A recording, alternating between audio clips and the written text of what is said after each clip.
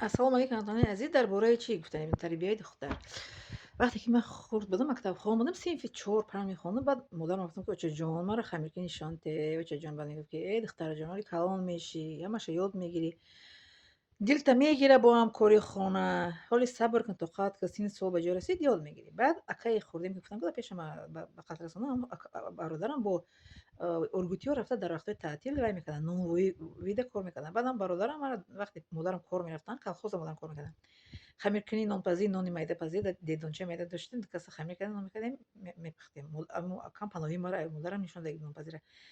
انا چپاتی بندی و چپاتی شوری کلچه بندی کلچه شوری همش چشم خدیدگی بودم. در خانم پختگی نبود، نه چپاتی نه کلچه کلان نه کلچه میده نکیم نونی گرده چرا یک بروچنگو خیلی تشه بچسبم بچم کنی بینم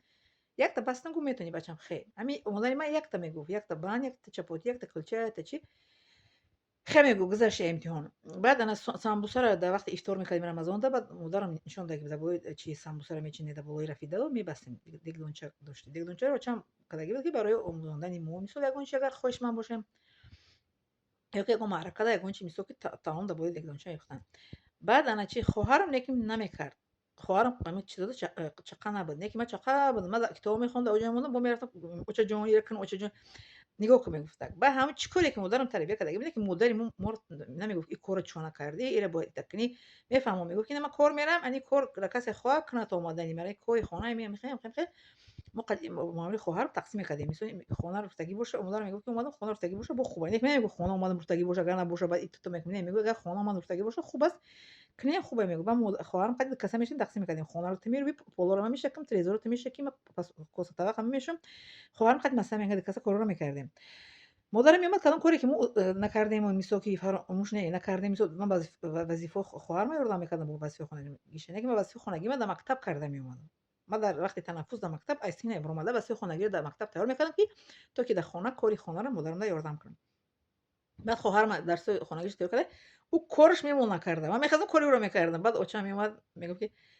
کی چیکار کرده کنی بگم گفتن که ما کردم با خواهر چی میگفتم خواهرم این کار کرد بو هم کارو هم رو کردی ایتنی هم کردی تو فقط ایتنی هم میکنی برو پیش میگفتم هو چه جان ایتنی کردم هیچ گم نه مالادیس قانتم زمین.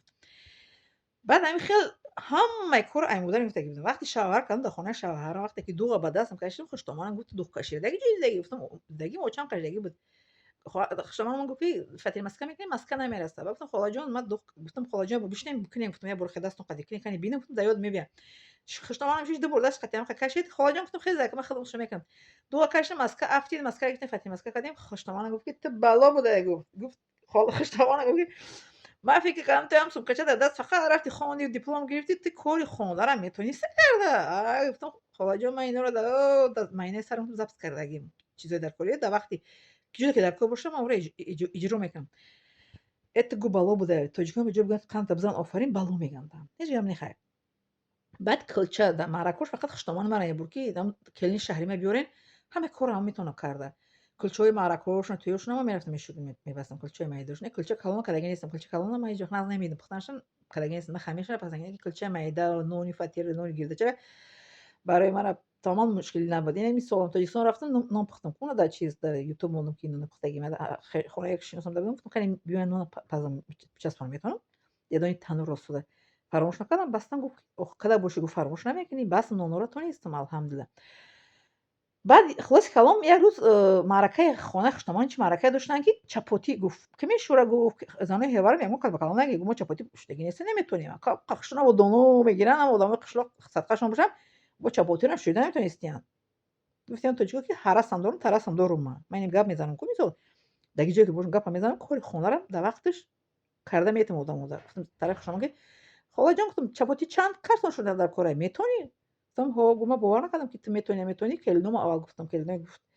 چی مقشلخون گفتم پرس مگه ندونه با مگه همسایه گفتم ما کلن در خونه میتونه خمیر چه چپاتی چی میری همسایه پرسی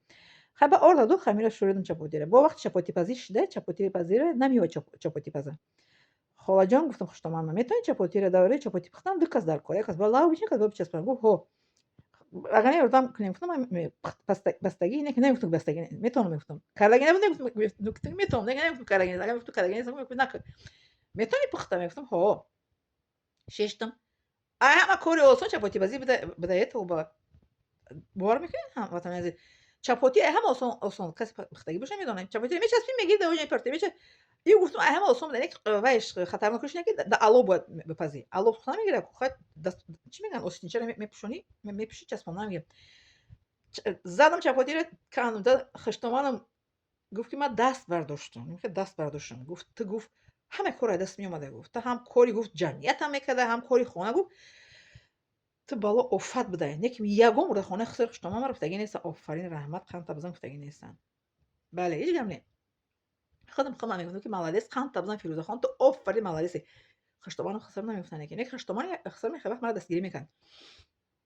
با چپاتی رو بس نوجه موندم خشتمان ده هم گفته که کلین شهریم انا خیلی گفت چپاتی رو بس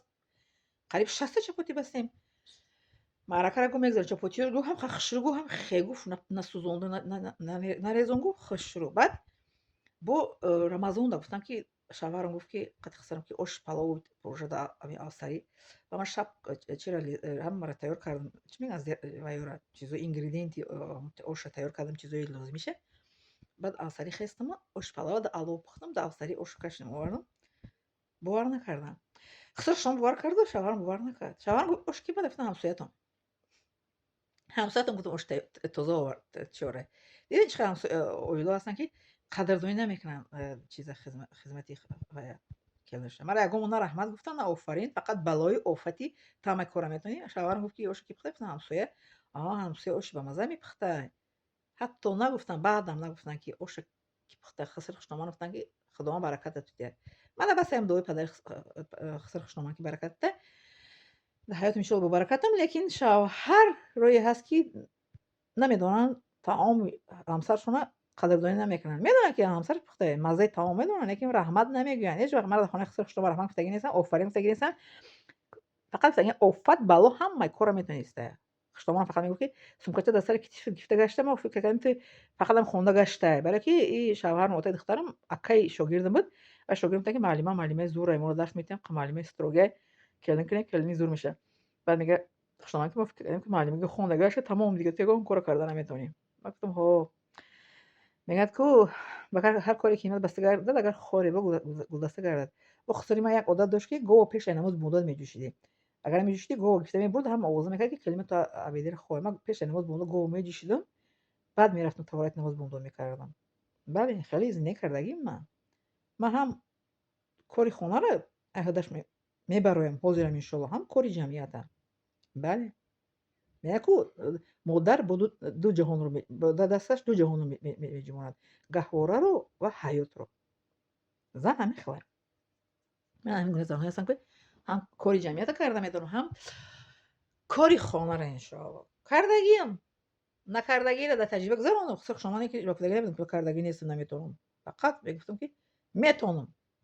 дидагӣ будам охода модарам метавонам гуфта